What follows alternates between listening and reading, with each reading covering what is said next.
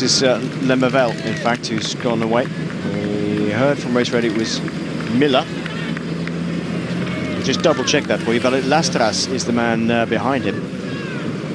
Yeah, that looks like Lemavelle. Looking over his shoulder, and they're pushing on real hard now.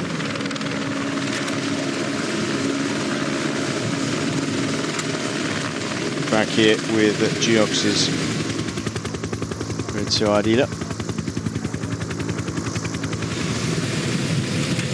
There's Carlos Sastre on the left-hand side of your screen. Clearly suffering. Mark Cavendish really gritting his teeth here.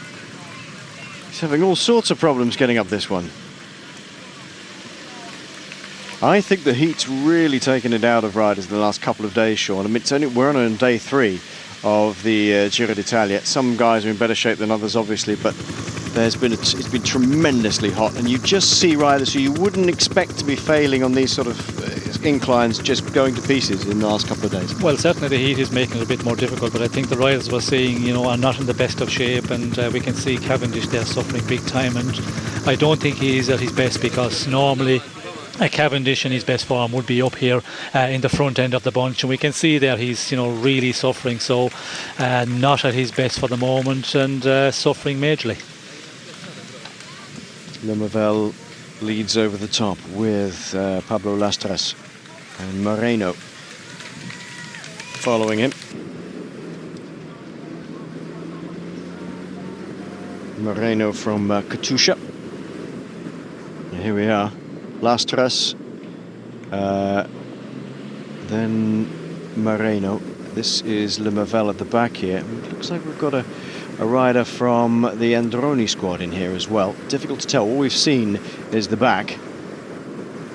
And they are really giving it some to try and get to the line here. Ahead of Alessandro Patacchi. Patacchi will be inclined to push his Lampre riders on a bit now.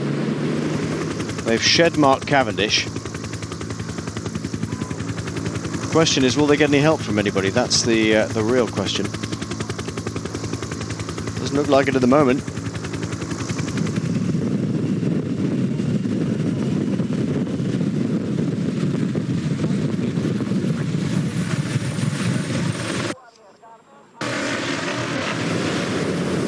Lemavelle trying to chase on hard here.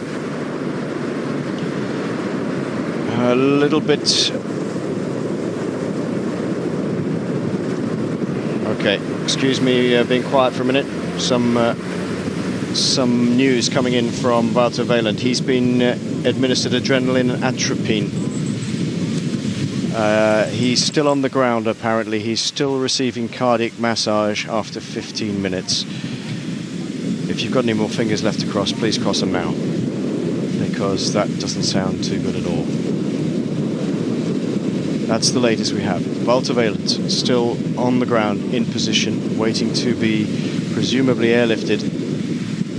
He's still receiving cardiac massage. He's received atropine, and I think it's atropine is what they said. I'm just trying to gain it from the Italian, and adrenaline, and he's still receiving cardiac massage.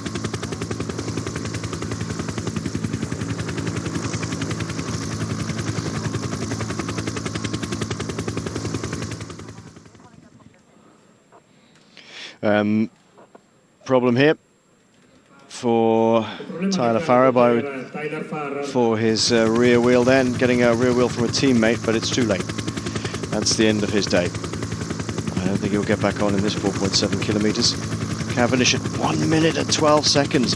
Chasing Group at 14 seconds behind the 4 who've gone away. That's, well, how close can Patacchi's team get to these 4 breakaway riders, Sean? Can they bring them back? Well, it depends on how many teammates he's got, and as you mentioned, David, you know, who else is going to take up the chase? Is there other teams there with sprinters in? Because with Farrar gone, well, that eliminates a team who was really going to push it on. So out front, 14 seconds, not a lot with just over the 4 kilometres to go. I feel that we should see the bunch able to come back, as we can see the group here, working together. But again, it kicks up a bit here, and it is difficult. You need a good number of riders, a really strong team to take control of the situation and keep the pace real high. The rider then from Androni, it was Vicioso, the Spaniard. So 3 Spaniards in this little breakaway group, and a Frenchman, Christophe Lemavelle, and it's Moreno who's pushing on here. I'm not surprised. Moreno's the climber of these guys. Vicioso's a good climber too, as is Lemavelle. Lastras is just damn strong, frankly. It has been all this year. In the Basque Country, he was very, very strong indeed.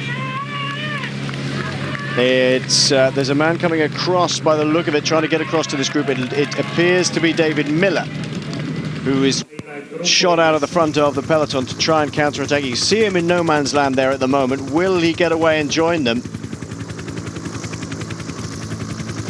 David Miller then, another man from Garmin Cervelo, trying to get across to the breakaway group here.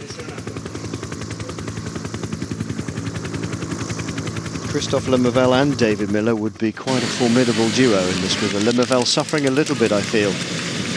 Oh, look at this. This is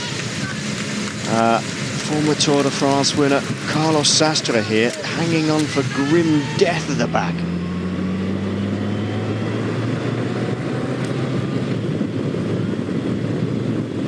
Pablo Lastras on the front in the lime green helmet of Movistar. With Christophe Lemavelle just behind him, Daniel Moreno and Vicioso, and David Miller is gaining ground. I think they've given up.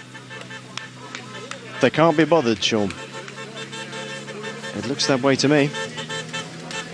I think this is a group maybe has lost a little bit of ground here, not the front end of the bunch, and they are certainly, have thrown in the towel. But on the main bunch also, it looked like that, they were not a team who was prepared to take it up.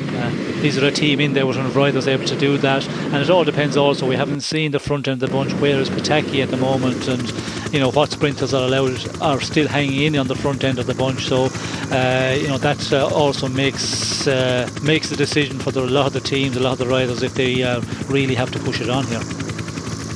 More riders trying to get away this time. Colnago CSF got a man trying to up the pace on the front. There's a number of teams just sitting there. David Miller makes the connection. Look, he's going to join the other riders. Miller joins his teammate Lemavelle at the front here now. So it's Lemavelle and Miller from Garmin Cervelo, Vicioso from Androni, Moreno from Katusha, and Pablo Lastras is the last rider in this break for Movistar. This is a very, very good move. That's a very strong move by David Miller to get across to this group. Yes, a real good move, and of course, if he can get a little bit of recovery time here, just get in on the wheel of the rider just at the tail end of that 4-man breakaway, a little bit of recovery time, and we'll see Miller going in the attack again in this final kilometre if he can recover. But he's put in a big effort at a very, very late stage. Yeah, absolutely. They're within 2 kilometres of the finish, and I'm not sure that anybody's going to track them down. They're got 20 seconds, 25 seconds maybe. It looks like that. That was the corner. We just saw Miller having to duck his leg back in again, his knee back in again, to avoid colliding with the wall there. The question is, this is the front of the peloton. We're looking 18 seconds. That wasn't a bad guess. 18 seconds with 1.3 kilometres to go. You'd normally say, no way they can stay out there, but it's a very difficult section, very difficult run in today. This is it. We're coming into the last kilometre now for our 5 breakaway men. Surely, whoever wants to give it a go now, if David Miller wants to take a stage victory here, under the Flamme Rouge, he has to attack now. Has he got enough here? Lemavelle and Miller. Miller urging Lemavelle on. Push on, push on, push on, push on. And 2 men trying to come across to them as well. 2 more men. It's Rabobank and Androni again, I think, by the look of it. 2 riders They're really hunting them down, but I think they've got enough of a gap to stay away. Lemavelle leads them out because Miller's told him to do it. Just get in there and do it. Miller teeing himself up for the sprint. He's got some difficult opposition here. Moreno sitting behind. He's been very, very strong over the early part of the season. He did terrific work for Joaquim Rodriguez earlier in the season in the classics. Now Miller gets to the front. Is he going to drive for the line? He's got to get this last corner right. Vicchioso comes underneath him at the moment. Vicchioso hits the front with Miller in second place. Has Miller got the effort to get there? Vicchioso gets it. Miller gets second. Lastas gets third. It was all about getting the line into the last corner, and it just didn't work for them. Oh, it was Jérôme Pinault from Quick-Step.